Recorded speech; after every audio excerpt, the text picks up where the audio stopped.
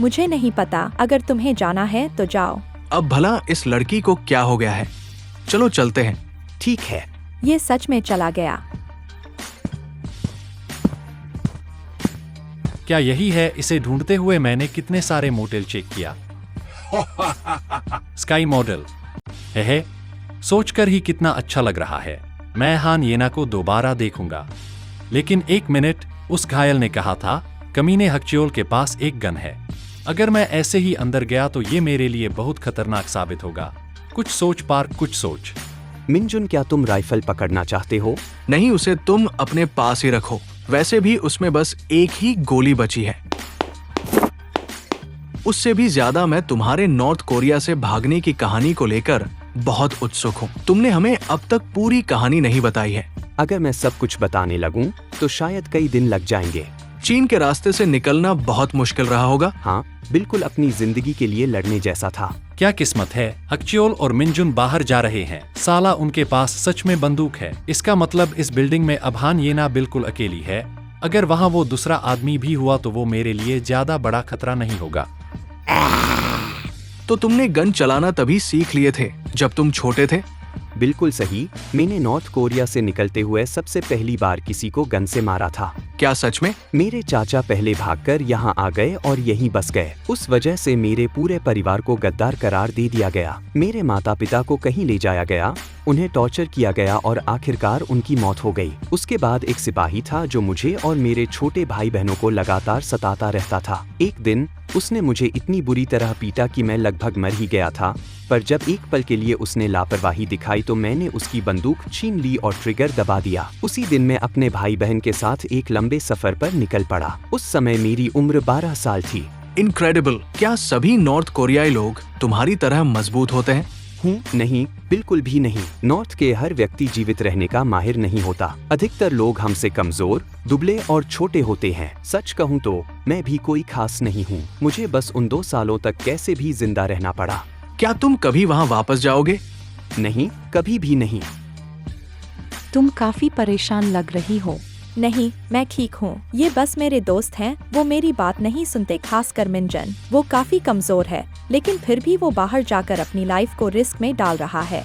वो हमारे लिए ही ऐसा कर रहा है और हकच्योल भी साथ में है, तो इसलिए तुम ज्यादा चिंता मत करो। मैं हकच्योल के लिए चिंतित नहीं हूँ। सच कहूँ तो मैं नहीं समझ पा रही मुझे कैसा महसूस हो रहा है। बस मुझे गुस्सा आ रहा है। अगर उसे कुछ हो गया तो मैं क्या करूँगी? ये ना, क्या तुम्हें अपना वो दोस्त पसंद है? नहीं, ऐसा कुछ नहीं है। शायद तुम्हें खुद भी नहीं पता।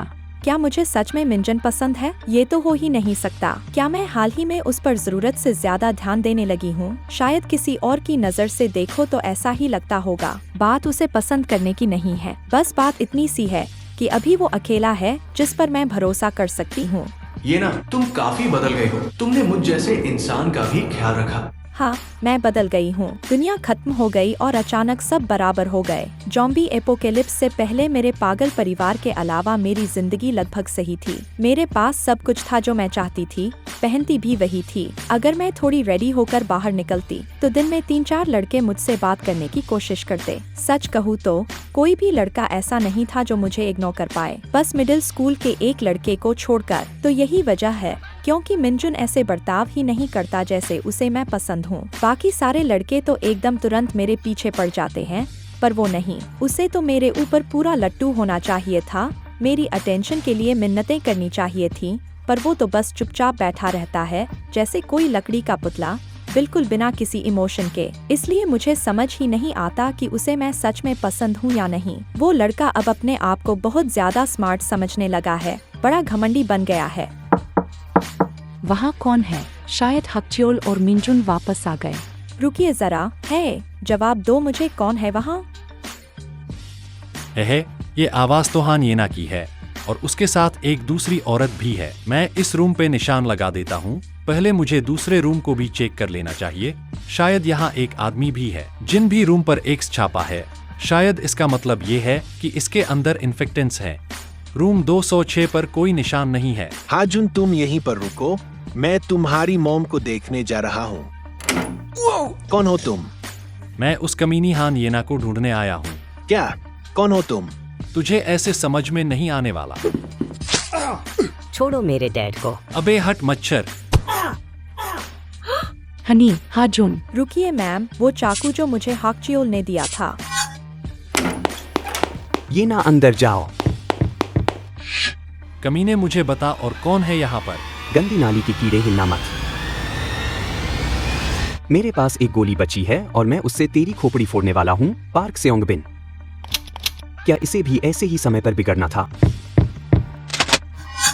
स्वागत है आप सभी का हाइपर कॉमिक हिंदी पर। उम्मीद है आपको हमारा ये वीडियो पसंद आया होगा। आपको वीडियो में क्या अच्छा लगा ये हमें कमेंट करके जरूर बताएं। हम आपके लिए और भी बेहतर क्वालिटी की वीडियो लाना चाहते हैं, लेकिन हमारे सीमित रिसोर्सेज के कारण ये थोड़ा मुश्किल है। इसलिए हम चाहते हैं कि आप हमारा साथ दें, वीडियो को लाइक करें, चैनल को सब्सक्राइब करें, जिससे हमें आगे बढ़ने में और मदद मिलेगी। यहाँ तक सुनने के लिए दिल से शुक्रिया। फिर मिलते हैं एक नए वीडियो में।